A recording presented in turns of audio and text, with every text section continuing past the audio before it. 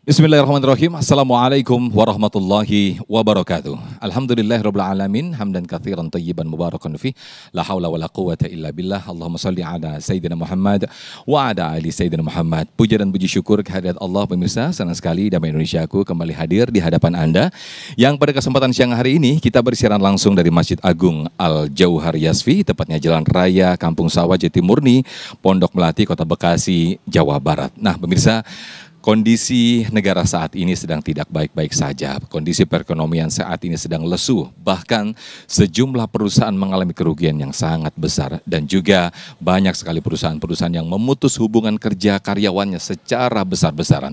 Tentu ini merupakan kendala yang besar bagi kita semuanya. Untuk itu pemirsa, kita mengangkat tema yaitu kita punya kendala, tapi Allah punya kendali. Tema yang besar ini pemirsa nanti akan diberikan tausiah oleh guru-guru kita, Kiai Haji Sumarno Syafi'i dan juga Ustadz Yusya Hakam. Kita akan belajar banyak bagaimana Nabi Yuna, Nabi Ibrahim dan juga Nabi Ismail yang juga pernah mengalami kondisi kritis yang luar biasa. Namun dengan ketaatannya Allah memberikan jalan dan juga solusi yang luar biasa yang hingga saat ini kita merasakan keberkahannya. Langsung saja pemirsa, kita akan simak tausiah dari guru-guru kita dalam Damai Indonesiaku yang dipersembahkan oleh Sarung Wadimor, tentu sarung kita. Selamat menyaksikan. Assalamualaikum warahmatullahi wabarakatuh. Allahu Akbar, Allahu Akbar, Allahu Akbar. La ilaha illallah, wallahu akbar. Allahu Akbar walillahil hamd. Allahu Akbar. Allahu Akbar, Allahu Akbar. La ilaha illallah, wallahu akbar. Allahu Akbar. Alhamdulillahi wahda sadaqa wa'da wa nasara abdah wa azazundahu wa hazamal ahzaba wahdah. Summa salatu wassalamu ala rasulillah Sayyidina wa nabiyina wa qurrati a'yunina Muhammad wa ala alihi wa sahbihi wa man tabi'ahu huda ila yaumil ma'ad, amma ba'd. Qala ta'ala fi kitabihil mubin wa huwa asdaqul qailin, inna a'tainakal kautsar fasholli li rabbika wanhar inna syanika wal. Ma'asyiral muslimin rahimakumullah, segenap jamaah yang berbahagia, pemirsa Damai Indonesiaku di mana Anda berada dan sama-sama dimuliakan Allah. Alhamdulillah dengan izin Allah pada kesempatan hari ini kita bertepatan berada di tanggal 11 Zulhijjah, yang dengan izin Allah kita masih diberikan sehat walafiat, bisa ikut duduk bersama menghadiri acara dan upacara pengajian Damai Indonesiaku, baik yang hadir di masjid ini maupun pemirsa yang ada di rumah. Moga-moga hadir dan duduknya kita bersama kumpul pada saat ini insya Allah akan jadi wasilah kumpul duduknya kita di surganya Allah Subhanahu wa ta'ala. Memang dalam hidup ini nggak lepas dengan kendala. Justru kendala itulah yang akan melahirkan manusia bisa menjadi hidup. Tapi ketika kendala itu tanpa ada kendali, maka akan terjadi keliaran hidup manusia di dalam mengendalikan kehidupan. Karena itu pertepatan hari ini tanggal 11 Zulhijjah, di mana masih dalam momen peristiwa yang dialami oleh manusia yang dicintai oleh Allah yang bernama Ibrahim alaihissalam, yang mendobrak kancah sejarah peradaban umat manusia.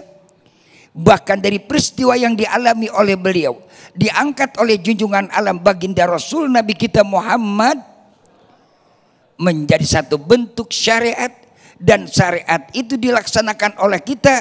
Tapi kita harus sadar jangan terjebak dengan rutinitas syariat. Di dalamnya ada nilai hikmah yang besar. Kalau tadi di VT kita jelaskan bagaimana kondisi perekonomian kita hari ini lagi tengah melesu. Dan bagaimana gerak langkah ekonomi kita yang sudah mulai menurun. Bahkan sampai tidak sedikit saudara-saudara, ibu bapak dan rahimakumullah, perusahaan gurung tikar yang jadi korban adalah karyawan jadi korban PHK. Lalu kita bertanya, apakah sejauh itu yang harus diratapi oleh dalam kehidupan? Oh tidak. Dibanding dengan apa yang dialami oleh Nabiullah Ibrahim dan Nabiullah Ismail, kita belum ada seujung kukunya. Masih kecil, belum ada seujung kukunya. Lihat baginda Rasul Kanjeng Nabi kita Muhammad. Baginda Rasul Kanjeng Nabi kita Muhammad, beliau pun mengalami lebih daripada apa yang dialami oleh kita. Ketika Rasul dikhisor, diembargo 3 tahun selama di kota Mekah, tidak bisa beli, nggak bisa jual. Apa Rasul harus menghina dan mengemis, menjual harga dirinya? Ever and never. Kenapa? Karena punya kendali. Sehingga akhirnya junjungan alam baginda Rasul Kanjeng Nabi kita Muhammad sallallahu alaihi wasallam disanjung dan dimuliakan oleh Allah. Bahkan kalau baca dalam kitab sejarah yang kita baca dalam kitab Rawi, Rasul sampai diganjal perutnya. Karena apa? Karena saking lapar diganjal perutnya sama batu. Masya Allah, ibu-ibu, bapak-bapak hadirin rahimakumullah. Kita baru menghadapi, memang sekarang ini adalah konflik global, konflik yang namanya politik global, dan juga perubahan alam. Maka dengan perubahan situasi alam, iklim yang terjadi di tengah-tengah kita akan berdampak pengaruh dalam seluruh sektor. Baik dalam pertanian, maka kita bersyukur kalau hidup di negara Indonesia yang masih memiliki kecukupan sandang pangannya. Pangan kita cukup, nggak usah khawatir. Alhamdulillah. Coba negara-negara yang lain yang hidup mereka cuma dasarkan pangan mereka dari ekspor. Masya Allah, ketergantungan impor yang luar biasa terhadap pangan. Nggak usah kita berbicara jauh-jauh tetangga negara kita yang sudah mulai kesulitan. Jangankan bicara beras, kelapa aja sulit mau bikin santan. Syukur, alhamdulillah kita negara yang penuh dengan berkah. Walaupun ada efek dampak daripada yang namanya konflik politik global yang terjadi di tengah-tengah kehidupan masyarakat kita. Masya Allah, memang rembes dampaknya besar. Oleh karena itu Allah jelaskan dalam Al-Quran, wala nabluwannakum bisyai'im minal khawfi wal ju'i wal atas wa naqsi minal amwali wa thamarat wa basyiris sabirin. Semuanya Allah datangkan tidak lain dan tidak bukan untuk menjadi ujian buat kita. Diuji sejauh mana kita punya iman. Sesuai dengan apa yang dialami oleh Nabi Allah Ibrahim Nabi Allah Ibrahim diuji sejauh mana ketangguhan, keimanan, keyakinan, ketawaduan, ketulusan dan keikhlasan. Masya Allah, ibu-ibu, bapak-bapak, kita baru disuruh korban perasaan. Ini kita baru sampai korban perasaan. Baru korban perasaan kita udah menjerit reaksi di mana-mana. Kalau Nabi Allah Ibrahim disuruh oleh Allah korbankan anakmu. Tapi begitu ada perintah dari Allah, apa langsung ujug-ujug Nabi Allah Ibrahim melaksanakan? Oh tidak. Dia sadar selaku manusiawi. Lihat dalam Al-Quran surat As-Saffat. Allah jelaskan bagaimana ada satu dialog antara Nabi Allah Ibrahim dengan Nabi Allah Ismail alaihissalam putra beliau. Ini arafil manam anni asbahuka. Saya ngimpikan, ya, kata Nabi Allah Ibrahim tengah malam. Yang saat itu Nabi Allah Ibrahim baru ada di kota Min yang dikatakan Tarwiyah. Maka ibu bapak hadirin rahimakumullah, dia panggil anaknya. Saya ini mimpi tengah malam ada perintah dari Allah untuk menyembelih kamu. Lalu apa jawab anaknya? Dia ajak oleh beliau, "Fantur madza tara?" Bagaimana pendapat kamu? Masya Allah, luar biasa. Orang tua menghargai pendapatnya anak. Orang tua menghargai pendapat yang kecil. Adapun kendala yang kita terjadi sekarang di tengah-tengah situasi seperti ini, semestinya penguasa harus ajak dialog kepada rakyat. Jangan karena mentang-mentang berkuasa lantas ambil jalan seenaknya. Ini yang dibutuhkan di tengah masyarakat kita. kurang dialog, kurang komunikasi. Ajak berbicara, sepahit apapun yang dihadapi kalau kita susah bersama. Berdiri sama tinggi, duduk sama rendah, berat sama dipikul, ringan sama di. Enak apa enak? Woi, enak apa enak? Langsung dijawab oleh anaknya. If'al matu marsata dijuni insyaallah minas sabirin. Lakukan wahai ayanda. Kalau memang itu perintah dari Allah, satajiduni insyaallah minas sabirin. Engkau akan dapatkan aku menjadi orang yang sabar. Intinya ada dua. Yang pertama, menyikapi situasi kondisi yang semacam ini. Ayo bangun komunikasi. Bangun Kalau bapak ibu bisa membangun komunikasi dalam kehidupan rumah tangga, seberat apapun bisa akan terjawab. Yang kedua, hadapi realita dengan kesabaran. Sabar bukan berarti harus diam. Menerima dengan lapang dada. Menjadi orang yang qanaah. Apa kata Imam Syafi'i? Wa man qalba qanu fa anta wa malikid dunya sawa. Orang yang memiliki jiwa qanaah, menerima dengan apa yang Allah berikan, maka insya Allah sama hidupnya bagaikan raja. Mudah-mudahan ada manfaat. Nanti kita lanjutkan pada segmen berikutnya. Amin, amin ya rabbal alamin. Terima kasih Kiai Haji Sumarno Syafi'i yang telah membuka di segmen 1 ini dengan tausiah yang sangat luar biasa sekali. Bagaimana solusi ketika kita banyak mengalami kesulitan dan juga kendala. Kita belajar banyak dari Nabi Ibrahim dan juga Nabi Ismail. Bagaimana ketaatan dan juga kecintaan yang luar biasa kepada Allah Subhanahu wa Ta'ala. Nah, di segmen kedua nanti pemirsa masih dalam rangkaian peristiwa besar Nabi Ibrahim dan juga Nabi Ismail. Bagaimana ikhtiar dan sabarnya seorang ibunda Sayyidatuna Hajar di tengah-tengah Sofa dan juga Marwah. Sesaat lagi akan disampaikan oleh guru kita Ustadz Yusya Hakam. Tetaplah bersama kami dalam Damai Indonesiaku.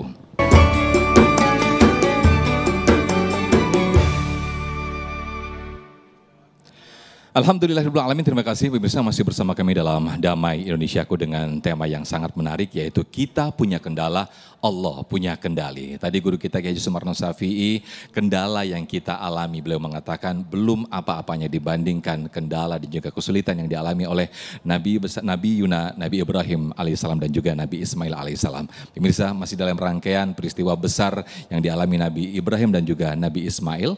Di segmen kedua ini Ustadz Yusya Hakam akan berbicara bagaimana ikhtiar dan sabar dalam kesukaran. Ustadz Yusya, kami persilakan. Assalamualaikum warahmatullahi wabarakatuh.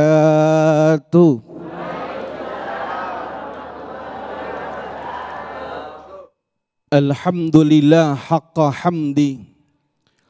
Wassalatu wassalamu ala sayyidina Muhammadinil khiyarati min khalqi wa ala sahabati sadatil mukhtarina li suhbati amma ba'du. Al-Mukarramun, para alim ulama, para guru, para asatidz, para habaib, wabil khusus salam hormat, salam ta'zim kita sampaikan kepada guru kita, orang tua kita yang baru saja menyampaikan ilmunya kepada kita, Kiai Haji Sumarno Syafi'i. Mudah-mudahan Allah panjangkan umur beliau. Mas Sofyan dan segenap DKM Ketua Masjid Al-Jauhar Yaspi, bapak-bapak, ibu-ibu, dan para pemirsa setia Damai Indonesiaku dimanapun Anda berada. Bu, sehat. Adiknya munduran dikit deh, cakepnya kelebihan soalnya. Kenapa iya, ibu pengen saya suruh mundur juga. Bapak sehat Bapak? Alhamdulillah, mudah-mudahan kita senantiasa dalam rahmat dan naungan Allah Subhanahu. Ini ngomong-ngomong udah nyate belum? Belum, kasihan banget ya. Iya. Bapak Ibu yang dimuliakan Allah, siapapun orangnya yang namanya manusia pengen berhasil di dalam segala bidang yang dia tekuni. Yang namanya pedagang pasti pengen dagangannya laris. Ada orang sini yang dagang pengen bangkrut dagangannya? Ada yang mau bangkrut? Nggak ada orang dagang pengennya berhasil. Orang yang bekerja pengen pekerjaannya langgeng, nggak pengen di PHK. Semuanya pengen berhasil. Tetapi di balik keinginan baik dan luhur tersebut banyak ibu, bapak, saudara-saudara kita yang merasakan kekecewaan karena apa yang diharapkan tidak lagi berhasil.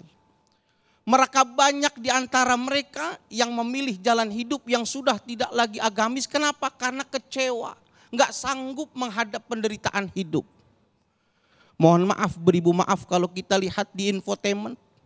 Berapa banyak mereka orang yang gagal dalam bersaing tidak sanggup ibu ambil obat nyamuk langsung diminum. Alias mati. Ada yang pergi ke mall bukan belanja, nyari tempat sepi, loncat dari lantai 12 ke bawah, kira-kira mati apa enggak? Ya, kalau ibu enggak yakin coba aja. Banyak orang yang enggak sanggup bahkan jatuh ke dalam dunia narkotika Bapak.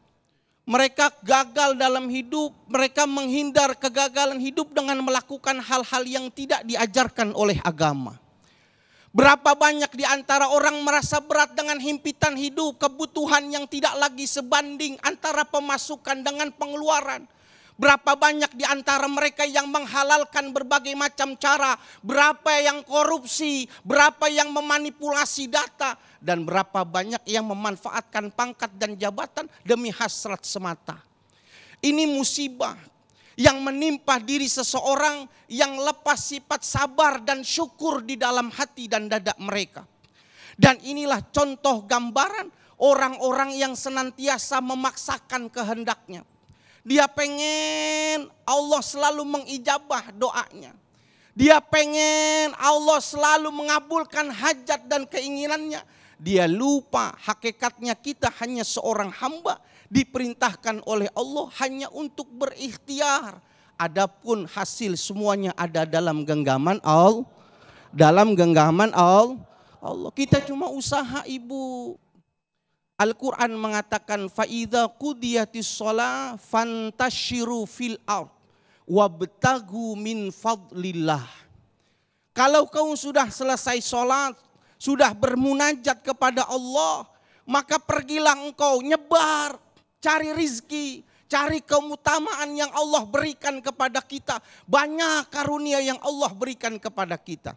Tapi apa? Wazkurullaha katsira. Tetap ingat kepada Allah Subhanahu wa ta'ala. Perbanyak ingat Allah.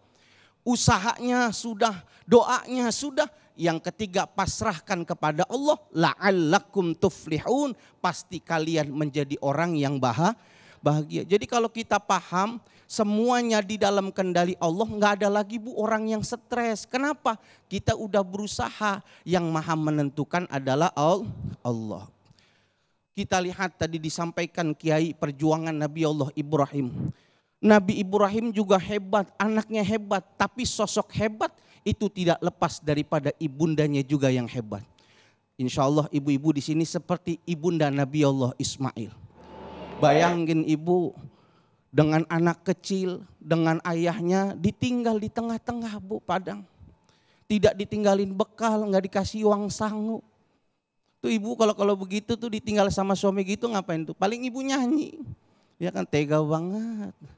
Tuh lihat Siti Hajar waktu berusaha mencari air. Kesana kemari mencari alamat. Kacau banget.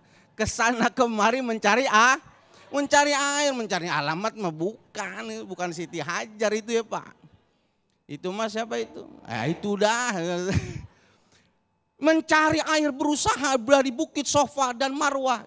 Berikhtiar mencari, dikira ada air, enggak ada, pindah lagi ke sana. Terus karena Allah lihat perjuangan Siti Hajar untuk hidup, lihat orang yang berusaha. Allah cinta, Allah tunjukkan kasih sayangnya, Allah keluarkan airnya. Dan sekarang menjadi syariat, salah satu praktik ibadah haji adalah untuk melakukan sa'i dari Sofa dan ke Marwah untuk menapak tilas perjuangan ikhtiar Nabi Allah dari Siti Hajar dan Nabi Allah Ismail. Oleh karena itu Pak, Bapak, Ibu, kita hanya disuruh oleh Allah berikhtiar. Dalam satu ungkapan ulama mengatakan lau alimal insan ma fi wara'il aqdar labakau. Lau alimal insan, seandainya manusia itu mengetahui tentang rahasia-rahasia di balik setiap ketetapan yang Allah berikan kepada kita. Laba kau, pastilah kita banyak menangis. Kenapa kita menangis? Karena kita sudah banyak suuzon kepada Allah. Kenapa Allah PHK saya? Kenapa Allah bikin saya tidak bekerja? Padahal hakikatnya Allah pengen mengangkat derajatnya. Mungkin waktu Bapak Ibu bekerja jarang melihat mushaf Al-Quran. Jarang membaca Al-Quran. Allah pengen Bapak Ibu istirahat sejenak di rumah. Memanfaatkan dengan waktu yang Allah berikan untuk mendekatkan diri kepada Allah. Termasuk dengan membaca Al-Quran. Ada hikmah dari setiap ketetapan yang Allah berikan kepada kita. Bapak Ibu yang dimuliakan Allah Subhanahu wa taala. Ada satu pemahaman yang harus kita luruskan, yaitu pemahaman berkaitan tentang rizki. Kalau kita berbicara tentang rizki, pasti konotasi yang namanya rizki ini nih Bu. Halo. Kalau kita bicara rizki, konotasinya suka ini apa ini? Ini apa ini? Ini jempol. Konotasi kita duit, padahal yang namanya rizki itu banyak. Bukan cuma uang, kesehatan badan. Allah berikan keluasan waktu ibu bisa hadir dan bisa mengaji. Itu adalah rizki dari Allah Subhanahu wa ta'ala. Oleh karena itu Allah cuma melihat sejauh mana kita berikhtiar, kita berusaha dan berdoa. Dan kembalikan semua urusannya hanya kepada Allah Subhanahu wa ta'ala. Insya Allah kita tidak akan merasakan kekecewaan. Amin, amin ya rabbal alamin. Terima kasih Ustadz Yusya Hakam yang telah berkisah bagaimana Sayyidatuna Bunda Siti Hajar dalam ikhtiar dan juga sabarnya. Yang akhirnya Allah memberikan jalan temu yang sangat luar biasa sekali.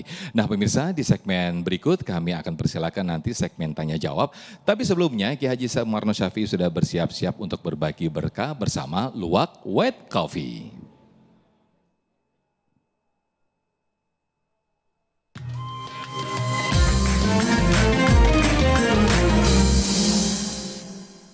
Assalamualaikum warahmatullahi wabarakatuh.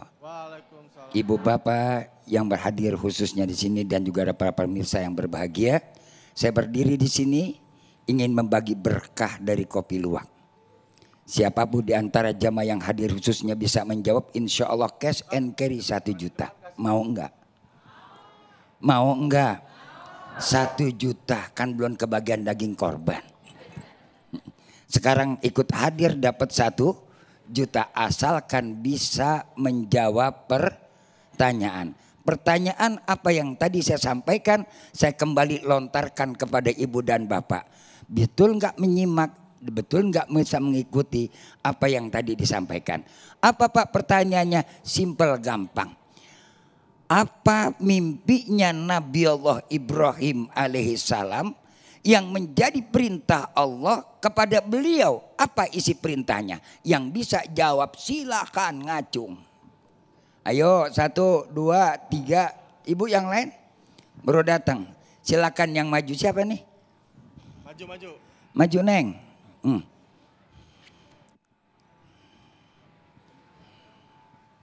Lihat ke kamera. Lihat kameranya di sini yuk. Siapa? Ya. Assalamualaikum warahmatullahi wabarakatuh. Sebelumnya perkenalkan, nama saya Larissa. Asal saya dari Cijantung. Saya izin menjawab ya Pak Ustadz. Jawabannya adalah mengorbankan putranya yang bernama Ismail untuk disembelih. Betul apa enggak? Benar apa benar? 100 cash and carry 1 juta, tapi jangan lupa bayar pajak.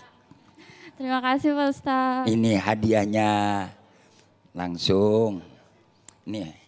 Ya ke sini. Baca 1 juta rupiah dari Kopi Luwak. White Coffee. Alhamdulillah hadir ngaji pada hari ini dapat uang 1 juta dari Kopi Luwak. Alhamdulillah. Tapi jangan lupa potong pajak. Sekian. Assalamualaikum warahmatullahi wabarakatuh. Waalaikumsalam warahmatullahi wabarakatuh.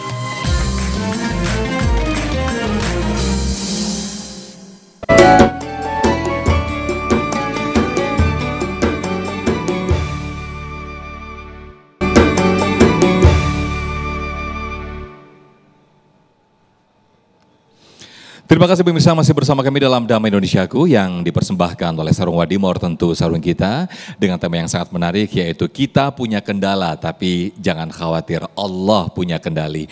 Dan pemirsa, di segmen ini kami akan persilakan para jamaah untuk mengajukan pertanyaan, satu dari jamaah wanita dan juga satu dari jamaah laki-laki. Pak Imam terlebih dahulu untuk mengajukan pertanyaan dan akan dijawab oleh guru kita Kiai Haji Sumarno Syafi'i. Boleh berdiri Pak Imam? Oke, silakan Pak Imam mengajukan pertanyaannya. Ya, bismillah. Assalamualaikum warahmatullahi wabarakatuh. Waalaikumsalam warahmatullahi wabarakatuh. Kenalkan, saya nama Pak Imam dari Kampung Pondok Melati. Saya ingin bertanya pada Kiai, di tengah tantangan ekonomi ini dan urusan keluarga, bagaimana sikap orang tua menanamkan kepercayaan kepada anak bahwa Allah itu akan memberikan jalan keluar yang terbaik. Pertanyaan saya, bagaimana Allah memberikan jalan keluar yang terbaik? Ya, bagaimana sikap orang tua menanamkan keyakinan kepada anak bahwa segala-galanya Allah akan memberikan jalan terbaik, begitu ya Pak Imam. Terima kasih Pak Imam atas pertanyaannya. Terima kasih Kiai. Baik, Kiai Haji Sumarno Syafi'i kami persilakan untuk menjawabnya. Silakan Kiai. Assalamualaikum warahmatullahi wabarakatuh. Waalaikumsalam warahmatullahi. Tadi saya nggak sempat turun, sekarang saya turun dah. Ya, Bapak Imam, di tengah kondisi situasi yang konflik seperti ini, dengan adanya tadi saya katakan kita menghadapi perubahan iklim global. Satu, yang kedua, kita menghadapi lagi konflik daripada politik geopolitik global juga yang begitu dahsyat. Dampak pengaruh dalam kehidupan masyarakat pasti terjadi. Walaupun kita bukan orang besar tapi ngerasainnya ada. Betul-betul. Kan ngerasain, bukan yang perlu punyanya. Enggak ada artinya orang punya mobil tapi enggak pernah ngerasain naik mobil. Juga enggak ada artinya orang punya istri tapi enggak pernah merasakan beristri. Dan tiada artinya ibu bersuami kalau tidak pernah merasakan punya suami. Hidup perlu rasa. Berbicara itu apa yang Bapak sampaikan, pertanyakan. Baginda Rasul Kanjeng Nabi kita Muhammad, urusan bangunan keluarga antara orang tua dan anak, Rasul udah menitipkan, alimu auladakum fa innakum makhlukuna fi zamanin ghairu zamanikum. Kadang di era sekarang antara kemauan kita orang tua dengan anak enggak selurus. Dan enggak selaras, enggak selurus, enggak selaras, dan juga enggak sejurus. Kan betul? Makanya tadi kan Nabi Allah Ibrahim sendiri sampai nanya kepada anaknya.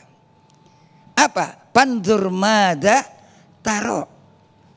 Lihatlah apa yang kamu miliki, apa pendapat kamu kalau bahasa kita. Artinya orang tua harus bisa membangun komunikasi.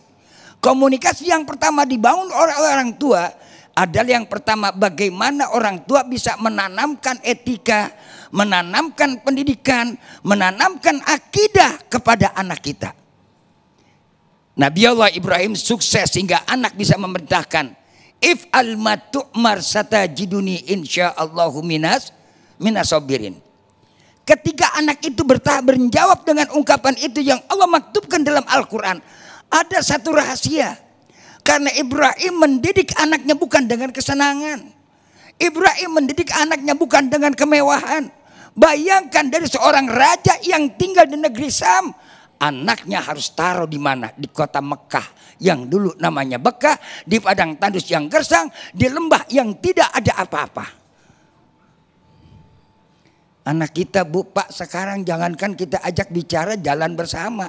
Dipanggil sama orang tua aja lebih cepat jawab HP ketimbang jawaban orang tua. Makanya disuruh ajarin tuh anak. Ajarkan apa? Alimu auladakum wa adibu auladakum. Didik anak kamu. Sebab nanti kamu akan hidup di satu masa bukan seperti masa kita. Masa kita dulu bapak-bapak yang umur sekarang 70-60 tahunan hidup di tahun 80-an. Ya Allah ya Robi. Lingkungan tuh membentuk. Habis maghrib ada orang rame-rame berangkat ke musola, berangkat ke masjid, pada ngaji di musola ngaji. Mereka paling main juga di masjid. Anak sekarang mainnya di mana? Mall. Mainnya di mana? Tempat yang mewah. Kehidupan mereka udah bagaimana? Apalagi di tengah teknologi digital seperti sekarang ini. Dunia mana yang tidak bisa dia akses? Dia pencet dengan satu jari, seluruh negeri dia bisa buka. Kalau dia punya filter, kalau dia nggak punya filter, apa yang terjadi? Anak kita ditanamkan dengan apa yang dia lihat, nilai-nilai yang jelek dan yang buruk di tengah kehidupan dia. Naudzubillah min. Makanya suruh ajarin anak kita dengan ilmu agama. Bu, pengen bareng-bareng ke surga sama anak? Gampang. Masukin anak ke madrasah. Iya, temennya madrasah. Temennya madrasah tuh. Orang kan kalau udah pikir acara agama paling belak lah. Tuh anak kalau masukin madrasah sekolah agama paling jadi merbot. Urusan rezeki bukan tangan manusia. Urusan rezeki di tangan Allah. Justru yang kita dambakan kelak nanti dari anak bukan hartanya anak. Bukan jabatannya anak. Kalau bapak ibu sudah berbaring di atas pembaringan, di saat itu yang kita dambakan, mana doanya anak kita yang mengiringi kita mengembali kepada Allah. Bersyukur kalau kita punya anak, di saat itu dia bisa ngajiin kita, dia bisa melepaskan kepergian kita, diiringi dengan doa Robbiqfirli wali walidayya warhamhuma kama rabbayani shaghira. Masukin anak ke madrasah. Insya Allah. Baik, terima kasih Kiai Sumarno Syafi'i atas jawabannya. Dan berikutnya kami silakan untuk jamaah dari perempuan atas nama Syifa. Boleh berdiri Syifa dan nanti akan dijawab oleh guru kita Ustadz Yusya Hakam. Silakan. Assalamualaikum warahmatullahi wabarakatuh. Waalaikumsalam warahmatullahi wabarakatuh. Izin bertanya Pak Ustadz, kenapa ya kita masih sering merasa cemas padahal kita tahu Allah yang sudah memegang kendali? Mungkin itu saja pertanyaan dari saya. Wassalamualaikum warahmatullahi wabarakatuh. Waalaikumsalam warahmatullahi wabarakatuh. Silakan Ustadz Yusya Hakam. Tadi yang nanya namanya siapa? Syifa. Syifa, artinya obat. Jangan ganti nama tuh Gim ya.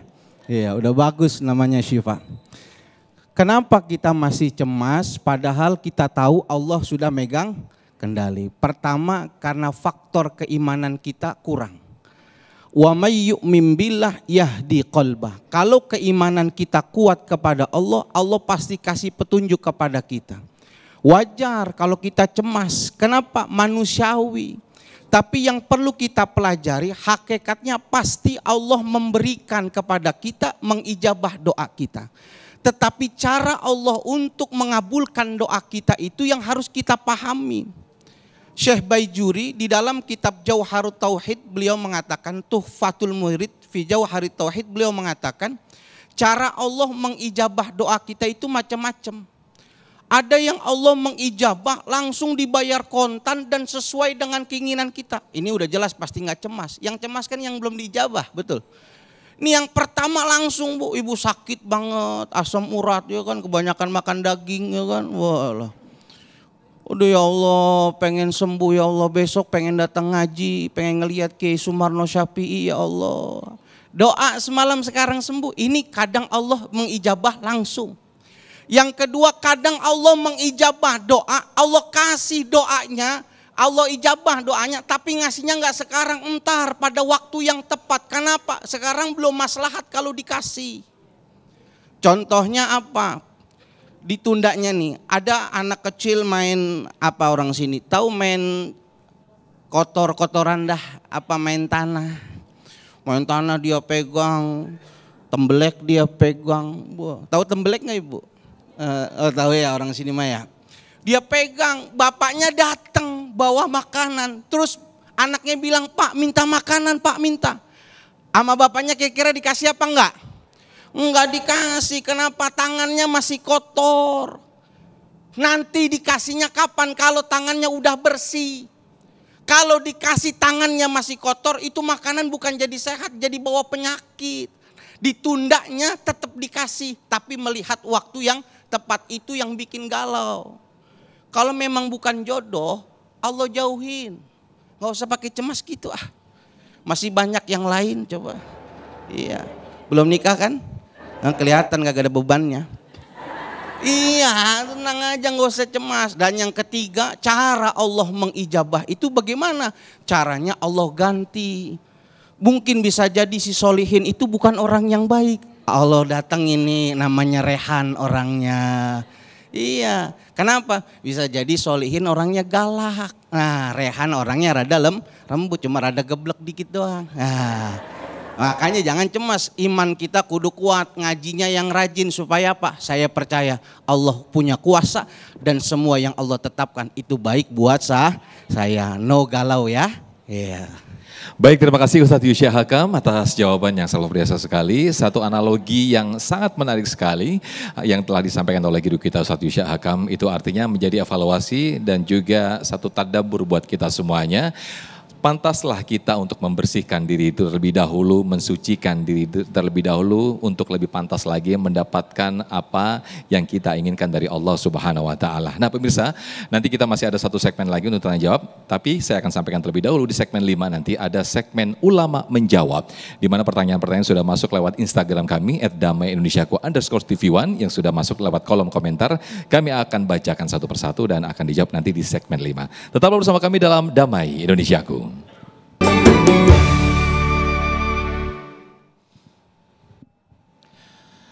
Terima kasih pemirsa, masih bersama kami dalam Damai Indonesiaku dengan tema yang menarik, yaitu ketika kita punya kendala, jangan khawatir, sesungguhnya Allah lah yang memiliki kendali segalanya. Nah, di segmen ini kami masih persilakan dua penanya, satu penanya dari jamaah laki-laki dan satu penanya dari jamaah wanita. Kami persilakan terlebih dahulu dari jamaah perempuan terlebih dahulu atas nama Anis ya. Anis boleh berdiri, akan dijawab oleh guru kita Ki Haji Sumarno Syafi'i. Silakan. Oke. Ya, sudah nyala Anis. Oke, Assalamualaikum warahmatullahi wabarakatuh. Selamat siang Pak Ustadz, perkenalkan nama saya Anis Maron Hakim dari Bekasi.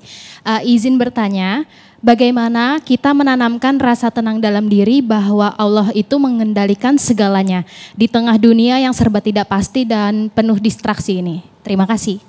Baik, terima kasih. Pertanyaan menarik sekali. Bagaimana kita kembali menanamkan keyakinan kita kepada Allah Subhanahu wa taala bahwa segala sesuatunya Allah yang punya kendali ini. Kiai Sumarno. Adinda Anis, pertanyaannya menarik dan bagus. Bagaimana kita yakini bahwa Allah itu betul-betul memiliki kendali dalam hidup kita. Tidak semua orang beriman itu punya kontras yang semacam itu. Kalau kita lihat dalam Al-Quran saat Al-Baqarah, Allah bagi ada 3 sifat.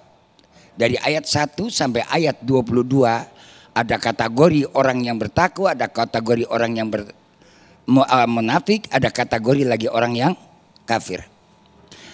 Kalau orang yang munafik, yukhadi'unallaha walladzina amanu wa ma yakhda'una ila anfusahum wa ma yas'urun.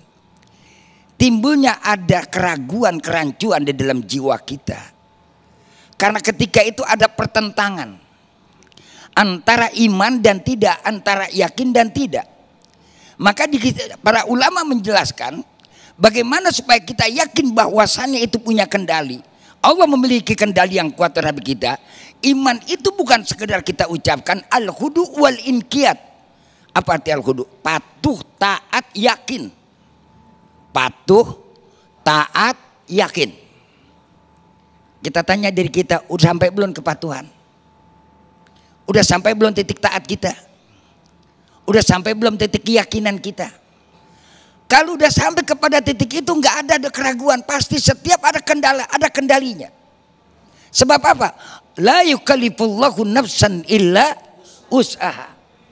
Allah tidak pernah memberikan beban kepada kita. Situasi yang terjadi hari ini jangan dianggap jadi beban. Kalau situasi kondisi hari ini jadi beban, salah. Justru ini adalah peluang emas. Negara Indonesia bukan negara kayak model yang di Timur Tengah, yang ada di gurun sana. Negara Indonesia bukan kayak negara yang ada di daerah banyak saljunya. Kita negara yang memiliki iklim yang bagus, potensi yang luar dalam yang namanya dunia pertanian luar biasa. Kalau kita mau kelola akan jalan. Hidup jangan hanya bersandar dengan satu jalan, tapi kalau kita ada al-khudu wal inqiyad sehingga terbuka itu jalan. Insya ini perlu kita yang namanya membuka wawasan dalam rangka ada nilai keyakinan. Makanya Allah uji, wala nabluwannakum bisyai'in minal khaufi wal ju'i wal atasi wa naqsi minal amwali was thamarat. Disitulah wabasyiris sabirin. Siapa nih orang yang sabar? Yang sabar adalah as-subut ala ta'ah. Orang yang konsisten di dalam ketaatan itu yang sabar. Ya, jadi sabar itu bagaimana? Yang konsisten dalam taat. Itu sabar. Kadang-kadang kita mau dibilang sabar, tapi taat lagi bener-bener ikut ngaji begini. Ntar besok geblek lagi. Ya. Ini hari Sabtu ngaji, ntar malam Minggu joget lagi kita. Ya kalau gado-gado enak kita makan. Betul, ada campur-campurannya. Sadar, makanya kita hidup juga tahu diri. Burung bango aja kagak mau berteman sama burung gereja. Nah kita mau berteman yang kagak-kagak. Sadar, kita pilih teman kita yang sesuai sama kita biar subut ala to'ah. Bisa jadi sabar. Bagaimana kita mau sabar menghadapi situasi kayak macam begini? Terhantui dengan rasa ketakutan, terhantui dengan rasa kebingungan, terhantui dengan rasa kemiskinan. Anda di PHK di pekerjaan, masih ada pekerjaan yang lain. Asal kita punya subut ala to'ah, Allah akan berikan jalan. Orang yang namanya rugi dalam usaha, lihat petani. Petani gak selamanya mereka berhasil dalam yang namanya mengolah pertanian. Tapi satu saat dia mengalami kerugian. Tapi gak pernah putus asa, gak pernah frustasi. Gak ada petani minum baygon.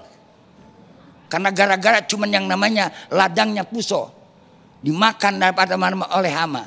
Tapi keherannya anak remaja baru putus pacar, putus cinta. Pergi ke mall tadi Ustadz bilang lompat di lantai 12. Ya Allah kecil amat nasibnya.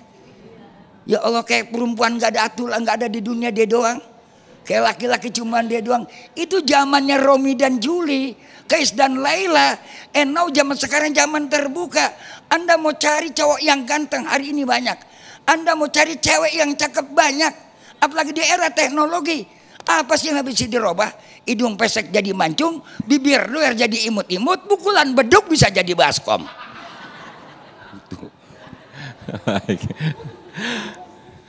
Paham Bu? Paham? Jadi apa?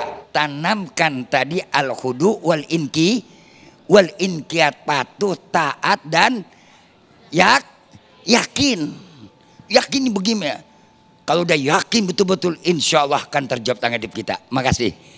Amin ya rabbal alamin. Terima kasih Kiai Sumarno Syafi'i atas jawabannya. Berikutnya kami persilakan Pak Samsul untuk mengajukan pertanyaan dan akan dijawab oleh guru kita Ustadz Yusya Hakam. Silakan Pak Samsul. Baik, terima kasih. Assalamualaikum warahmatullahi wabarakatuh. Saya Samsul dari Jatiwarna Pondok Gede. Pondok Melati, maaf. Pertanyaannya singkat aja Pak Ustadz. Apa yang membedakan antara ujian dan azab? Mungkin itu, terima kasih. Assalamualaikum warahmatullahi wabarakatuh. Waalaikumsalam warahmatullahi wabarakatuh. Apa yang membedakan ujian dan azab nih? Waduh berat ini. Silakan Ustadz Yusya. Iya, ini iya pertanyaannya Masya Allah. Pertanyaannya mah gampang, jawaban yang keder. Iya, perbedaannya begini. Kalau musibah, ujian itu bisa jadi salah satu bentuk kecintaan Allah kepada seorang hamba.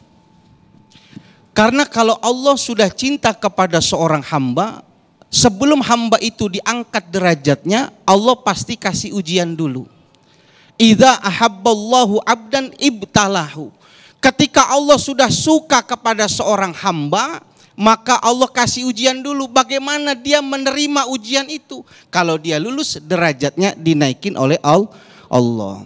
Kalau kita lihat dalam kitab Syarah Uqudul-Lujain, Syekh An-Nawawi menceritakan tentang Nabi Allah, siapa itu yang sakitnya sampai luar biasa? Nabi Ayub ya. Iya, Nabi Ayub. Setan bilang pantas aja ya Allah, dia ibadahnya tenang, hartanya banyak, ladangnya banyak, istrinya cakep, anaknya soleh-solehah.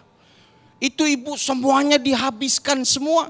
Nabi Ayub masih beribadah kepada Allah. Jadi bisa jadi ujian itu bentuk kecintaan Allah kepada kita, mengangkatin derajat kita. Karena yang namanya cinta itu butuh bukti. Ibu percaya ada orang mau datang ke rumah ibu mau ngelamar anak ibu tapi nggak pernah ngapel, ibu percaya nggak? Halo, ini nggak punya anak perawan apa ya? Bapak nggak bakal, kalau dia sudah datang kita sudah lihat baru timbul kepercayaan.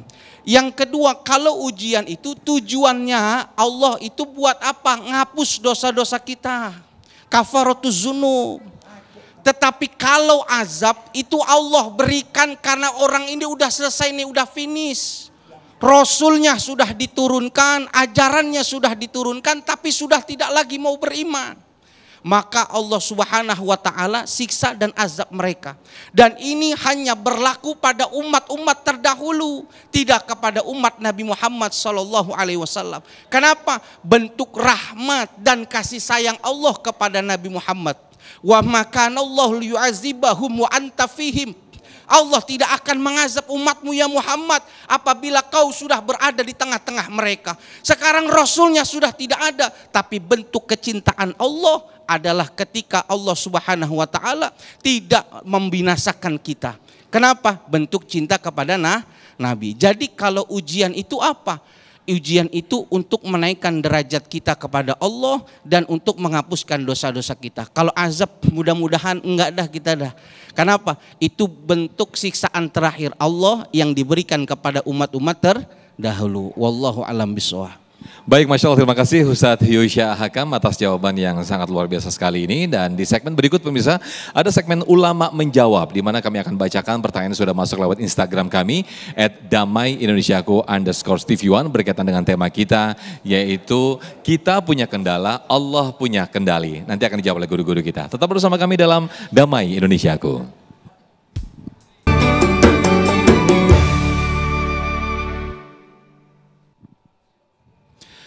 Baik, terima kasih pemirsa. Kita masuk dalam segmen Ulama Menjawab. Yang ini akan kami bacakan pertanyaan yang sudah masuk lewat Instagram @damaiindonesiaku_tv1. Yang akan dijawab terlebih dahulu oleh Kiai Haji Sumarno Syafi'i. Pertanyaan dari atas nama Nanau, Cevieta Nanau ini ya. Assalamualaikum Ustadz, izin bertanya, di tengah tekanan hidup seperti pekerjaan, studi, atau keuangan, bagaimana membedakan antara menyerah dan berserah diri kepada Allah? Kiai Haji Sumarno Syafi'i, silakan. Pertanyaannya cuma bahasa kan itu. Ya. Antara menyerah dan pasrah diri kepada Allah. Dan berserah diri kepada berserah Allah. Diri kepada. Kalau orang yang berserah diri kepada Allah, secara totalitasnya dia serahkan segala urusannya. Tawakkaltu 'alallah. Dia tawakal kepada Allah. Tapi di sebelum dia tawakal dia juga usaha. Ikhtiar. Jangan langsung ada pasrah diri tanpa usaha. Itu namanya nekat. Ada orang nekat, maka dia kata pernah zaman Rasulullah, seorang sahabat ketika dia mau ke masjid, dia bawa onta. Habis begitu ontanya dia taruh aja. Rasul bilang, onta kamu udah diikat? Dia bilang, apa dia jawab? Ada Allah. Salah. Kata Rasul, balik kamu, suruh ikat itu bawa ontanya. Artinya disuruh usaha dulu. Jadi orang yang pasrah diri kalau dia usaha, contoh, ibu-ibu umpama kondisi ekonomi seperti ini, uang belanja pas-pasan, kebutuhan meningkat, ya kan pusing. Ya tentunya bagaimana cara ngaturnya? Jangan ngambak dulu Bu. Usaha dulu kita, kemarin beli ayam segini cukup, sekarang kagak cukup. Ya udah sekarang kita beli cekernya aja. Yang penting masih ada ayamnya. Ntar kalau tuh anak nanya, mak ini sayur sop kagak ada dagingnya, ceker mulu. Jawab yang gampang Bu, ayam gak bakal gede kalau kagak ada ceker. Tuh. Kan bener kan Bu? Nah ini yang namanya kita mau pasrah diri kepada Allah juga jangan totalitas. Udah karena Allah udah lepasin aja begitu. Salah, gak boleh. Pasrah diri dibalangi dengan usaha. Yang kedua apa? Pasrah. Menyerah. Kalau orang menyerah sama juga orang takbir. Allahu Akbar itu nyerah. Angkat tangan, isyarat. Fawadul amri ilallah. Diserahkan tuh urusan kepada Allah. Kalau dia punya urusannya diserahkan kepada Allah. Kalau dia punya urusannya diserahkan kepada Allah. Kalau dia punya masalahnya diserahkan kepada Allah. Caranya bagaimana? Masalah ham yang bingung, istikharah. Bingung netepin jodoh, bingung sama sesuatu pilihan kita. Bagaimana? Ya pasrah kita kepada Allah, serahkan kepada Allah. Ya Allah tergantung kau aja deh. Tapi ada caranya. Jangan tergantung doang gak pakai cara. Sama juga orang mau makan gak pakai cara, ada nasi. di depan meja kita nggak tahu makan, kita liatin aja, toto kita tomplok, bukan kenyang, bonyok kita. Caranya bagaimana? Ya istighor. Istikharah di sini perlunya orang pasrah pakai ilmu. Kalau orang pasrah nggak pakai ilmu kacau. Wa kullu man bi ghairi ilmi ya'mal a'maluhu mardudatun la tuqbalu, dalam kitab Zubat dijelasin begitu. Orang mau pasrah kudu pakai ada ilmunya. Jangan main pasrah nggak ada ilmunya. Orang mau pasrah kita sama juga kita perang dah. Orang perang dia pasrah, nyerah begitu. Kalau dia nggak ada ilmunya, habis dia. Diilas-ilas sama tuh penjajah, diilas-ilas sama lawan. Tapi kalau dia punya yang namanya ada ilmunya, walaupun dia nyerah, tapi dia akan dihargai. Ini yang pelajaran buat kita. Zaman sekarang orang tuh nggak tahu mau cari ilmu. Ilmunya mau yang singkat, ala pencet keluar. Kalau belajar cari ilmu kudu jelas siapa gurunya, apa yang dibaca, kitabnya apa. Itu nggak cukup dengan yang namanya kita lihat tuh di mana, di internet. Ya, ustadznya majlis talim al-interneti, gurunya al-googli, muridnya entar al-sedengi. Bisa kayak macam begitu. Jelas siapa gurunya, majlisnya apa, tempatnya di mana, baru pasrah kita sempurna. Baik, Masya Allah. Terima kasih Haji Sumarno atas jawabannya. Berikutnya saya akan bacakan atas nama Ayando. Assalamualaikum Ustadz. Bagaimana sebagai anak jika orang tua marah kepada anak karena nganggur sampai mengusir anak dan hitung-hitungan balas budi anak. Padahal usaha sudah maksimal, kemudian zaman sekarang juga susah cari kerja, tapi ortu tidak bisa memahami keadaan zaman sekarang. Ini ibaratnya sudah jatuh ketimpa tangga pula. Ini bagaimana Ustadz Isya untuk memahamkan seperti ini? Iya, sampai kapanpun seorang anak tidak akan bisa membalas kebaikan daripada kedua orang tuanya. Ini jangankan lagi udah jatuh ketiban tangga lagi. Ini yang udah kaya saja belum bisa membahagiakan dengan hartanya. Jadi ketika orang tua sedang mengeluh dan merasakan kekecewaan, kita sebagai anak terima saja. Betapa itu sebagai pecutan buat kita untuk tetap semangat. Tadi Kiai udah menjelaskan yang namanya sabar tetap dilakukan keistiqomahan, tetap berusaha. Dan kita yakin seyakin-yakinnya Allah Subhanahu wa ta'ala itu pasti akan memberikan yang terbaik pada kita kalau waktunya sudah tepat. Dan orang tua yang baik adalah orang tua yang bisa memahami kondisi anaknya. Dan tidak mungkin mendapatkan anak yang baik kecuali orang tua tidak mendidik dengan pendidikan yang baik. Ibu bapak, ada yang perlu kita pahamin tentang makna daripada rizki ini. Kita sering salah gitu. Kalau menganggap anak kita nganggur itu sebagai anak yang membawa, membawa masalah dan jangan. Kalau Syekh Mutawalli Sya'rawi mengatakan begini. Kalau yang namanya harta adna min darajati rizki.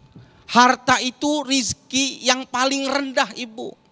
Jangan selalu membandingkan anak kita dengan rizki orang lain. Kenapa? Bukan cuma orang Islam, orang Kristen juga dapat rizki. Tetapi yang paling afdol, kata Syekh Mutawalli Sya'rawi, wasolahul abna afdolu min anwa'i rizki. Tetapi ketika kita mendapatkan anak yang soleh, itulah karunia terbesar, rizki yang besar. Jadi ketika anak ini sedang dalam masalah, kita bantu apa yang perlu ayah bantu. Sehingga apa? Anak ini merasa dilindungi dan anak ini akan menjadi anak yang pandai berterima kasih. Yang penting nih anak tadi dijelaskan sama Kiai. Jangan sampai dia tidak mau berikhtiar, usaha dulu. Selesai dia melakukan usaha, dia sudah berikhtiar, ada ibu tingkatan yang paling tinggi di atas tawakal itu adalah tafwid namanya. Baik. Tafwid itu menyerahkan diri kepada Allah tanpa ada tendensi apa-apa. Ya. Ikhtiar kita lakukan usaha lahiriah. Setelah berikhtiar kita bertawakal. Kalau bertawakal kita masih punya harapan. Ya Allah mudah-mudahan ini padi yang saya tanam ada hasilnya. Tapi kalau tafwid tidak. Dia benar-benar pasrah kepada Allah. Apa yang terjadi dan jawabannya itu yang terbaik. Seorang ulama besar Syekh Abdul Wahab Asy-Sya'rani, ulama yang luar biasa hebat ibu. Ulama yang cerdasnya luar biasa. Kemasyhurannya tidak diragukan. Tapi punya anak tidak mau ngikutin ngaji ibu. Anaknya nggak mau belajar agama, diajarin nggak bisa. Maka pada titik tertentu setelah sudah ikhtiar mengajak, bertawakal kepada Allah, terakhir dia tafwid, dia pasrah. Wa ufawwidu amri, ya Allah, saya serahkan anak ini entah jadi apa, terbaik menurut Engkau, kuserahkan ya Allah. Maka Allah jawab. Sebelum Syekh Abdul Wahab meninggal, dia melihat anaknya sedang mutolaah belajar ilmu agama. Sampai dia bilang, kirim surat ke ulama-ulama Nusantara untuk mengatakan kalau kau sudah berikhtiar dan bertawakal, yang paling hebat pasrahin kepada Allah. Kepada Allah. Baik, Masya Allah. Ini jadi ada dua dukungan yang sangat menarik, sangat luar biasa sekali. Ibu, orang tua atau ayah juga mendoakan, sementara anak juga ikhtiar berusaha keras untuk terus mencari kerjaan dan juga jangan berputus asa. Nah, ini masih ada waktu, kami persilakan kepada jamaah. Satu orang yang akan mengajukan pertanyaan. Ibu Wangilah, betul ya? Wangilah, ini selalu wangi, Masya Allah. Boleh berdiri Ibu untuk diajukan pertanyaan dan akan dijawab Kiai Haji Sumarno Syafi'i. Silakan Ibu. Bismillahirrahmanirrahim. Assalamualaikum warahmatullahi wabarakatuh. Waalaikumsalam warahmatullahi wabarakatuh. Nama saya Ibu Wangilah. Wangilah gitu berarti ya? Wangilah, okay. Dari Jatimurni, Pondok Jatimurni Bekasi. Ya. Saya mau bertanya Pak Ustadz, pertanyaan saya pendek. Bagaimana cara menjaga keimanan ketika doa terasa belum dikabulkan, padahal kita sangat membutuhkannya dalam kondisi penuh kendala, gitu aja. Baik. Assalamualaikum warahmatullahi wabarakatuh. Waalaikumsalam warahmatullahi wabarakatuh. Ibu ada kendala tapi kayaknya senyum-senyum terus nih Ibu. Kayak gembira terus. Bagaimana Kiai Sumarno Syafi'i untuk meyakinkan diri bahwa baik, kita berdoa ini akan Ibu ada dikabulkan oleh Allah. Ya Allah ya Rabbi, sebelum saya jawab semerbak harumnya udah terasa di saya. Nah, tapi sebelum itu saya mau nambahkan dulu ada jawaban yang lebih penting dari pertanyaan tadi yang disampaikan. Kadang kita orang tua dengan anak terus terang aja, seakan-akan kita bertransaksi kepada anak. Kita sekolahin, kita biayain, kita kita hidupi dia, bahkan sampai kita nikahin, kita kawinin dia. Itu seakan-akan anak tuh dibebani jadi transaksi. Padahal itu kewajiban orang tua. Dan ketika kita melaksanakan kewajiban, enggak boleh kita mengharapkan timbal balik dari anak. Nah, ini penyakit kita nih, udah apal banget penyakitnya ibu-ibu. Makanya perempuan akan dapat pahala yang besar kalau dia tulus ikhlas. Mulai dari dia ngeden sampai dia membesarkan anak, yang paling banyak terasa ibu. Jangan ibu nanti merasa utang budi, ngutangin budi. Bertransaksi kepada anak. Kadang-kadang maaf ya Bu, kalau orang tua udah kena ngomel, kesel sama anak nggak tahu diri, gue udah urusin, gue udah biayain, gue udah sekolahin, sampai udah kawinin, anak setan lu, anak alam jadwal lu semua aja sebut, sampai kebun binatang di absen tuh. Nah, ada nggak yang begini? Bukan orang sini, orang sono, itu orang Jerman Bu. Insya Allah orang Bekasi, alhamdulillah. Jangan kita kayak begitu Bu. Kewajiban kita tuh ngajak anak. Kewajiban kita didik anak, kewajiban kita besarkan anak, kewajiban kita adalah membentuk anak. Kalau anak itu nanti nggak benar, kita nggak didik, kita ditanya oleh Allah Subhanahu Wa Taala. Maka rizki tadi yang benar bukan rizki harta doang. Anak yang soleh itu rizki yang paling besar. Sampai saya bilang kan tadi, yang paling berasa bagaimana kalau kita nanti mau meninggal dunia, anak kita mendoakan kita. Seperti dalam pertanyaan ini. Ya, Ibu Wangilah tadi ya. Ibu Wangilah tadi, mudah-mudahan bisa pahami Bu. Ya. Sama yang seperti Ibu tanya, bagaimana saya bisa yakin? Ya kan begitu. Yakin kalau kita mau tulus, ikhlas. Jangan mengharapkan sesuatu. Contohnya bagaimana? Kalau Ibu masuk ke kamar mandi, buang hajat. Begitu Ibu lepas, ikhlas enggak?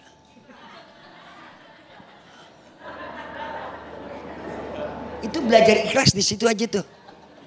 Gak usah tinggi-tinggi deh. Masuk kamar mandi perut kita mulus. Ikhlas enggak kita? Nah seperti itu jangan kita harapkan sesuatu. Kalau kita mengharapkan sesuatu timbulnya apa? Ada beban nama kita. Nah bagaimana ini bisa? Ya udah yang balas kita siapa? Allah. Yang ganti kita siapa? Allah. Jangankan enaknya, enggak enaknya pun jangan kita juga punya dendam. Awas. Jangan pernah punya dendam. Kalau dia dendam ntar timbulnya hasut. Masya Allah, yakum wal hasada kata Nabi. Fa innal hasada takul hasanat. Maka itu yang namanya orang udah hasud akan memakan seluruh kebaikan kita. Kama takulun nar. Sebagaimana api itu membakar kayak memakan kayu bakar. Itu yang kita khawatirkan karena ada dendam. Biarin disakitin. Umpama maaf nauzubillah, mudah-mudahan gak terjadi ya Bu. Ibu suaminya nyakitin, dia kawin lagi. Sakit kagak Bu? Perih kagak perasaan kita? Lebih baik kau bunuh aku dengan pedangmu daripada kau dustai aku dengan cintamu. Kan begitu ya. Orang wadan pasti bilang aku tak mau jikalau aku hidup di. Apa lantas ibu mau dendam sama suami? Serahkan kepada Allah. Ya Allah, bimbinglah hati saya. Bimbing hati suami saya agar bisa bersama-sama di jalan Allah. Ini susah orang kayak begini Bu. Saya jamin 1001 kagak bakal bisa ada. Kagak ada. Coba ibu disuruh pilih, ibu kira-kira mau duit 1 miliar, apa lakinya kawin lagi? Bu, jawab. Mau duit 1 miliar, apa lakinya kawin lagi? Baik. Ya udah deh Bu. Baik. Hidup itu pilihan. Ya. Kalau mau pilih yang enak, insya Allah akan mendapatkan pama ya'mal misqala dzarratin khairaya wa may ya'mal mithqala dzarratin syarraya. Hidup itu pilihan.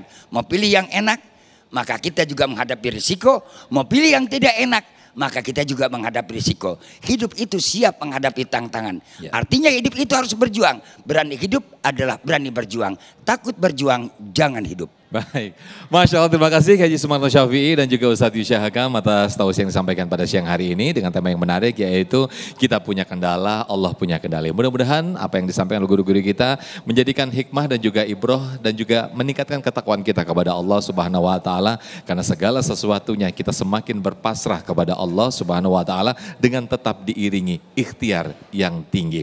Tetaplah bersama kami dalam Damai Indonesiaku. Alhamdulillahirrahmanirrahim, pemirsa, tidak terasa kita sudah di penghujung acara Damai Indonesiaku, dan sesaat lagi jangan lupa Anda bisa menyaksikan program Sah Selalu Ada Hikmah bersama Koden Muslim dengan narasumber kami yaitu Pak Nana, bukan penjual susu kambing biasa. Nah, seperti apa luar biasanya Anda bisa saksikan dalam program Sah Selalu Ada Hikmah. Akhir kata, saya Muhammad Sofyan dan juga terima kasih kepada Yayasan Yashfi untuk Damai Indonesiaku pada siang hari ini. Akhir kata, saya Muhammad Sofyan melalui kru yang bertugas, dan acara ini dipersembahkan oleh Sarung Wadi Mortentu, sarung kita, serta didukung oleh Luwak White Coffee. Mengucapkan terima kasih. Wabillahi taufiq wal hidayah. Wassalamualaikum warahmatullahi wabarakatuh. Ibu bapak hadirin rahimakumullah, para pemirsa Damai Indonesiaku di mana Anda berada.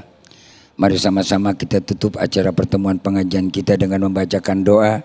Mudah-mudahan pertemuan kita menjadi pertemuan yang penuh barokah, dan insya Allah langkah kita akan menjadi nilai pahala yang besar di sisi Allah Subhanahu wa Ta'ala. Al-Fatihah. A'udzubillahi minasyaitonirrajim. Bismillahirrahmanirrahim. Alhamdulillahirabbil alamin. Arrahmanirrahim. Maliki yaumiddin.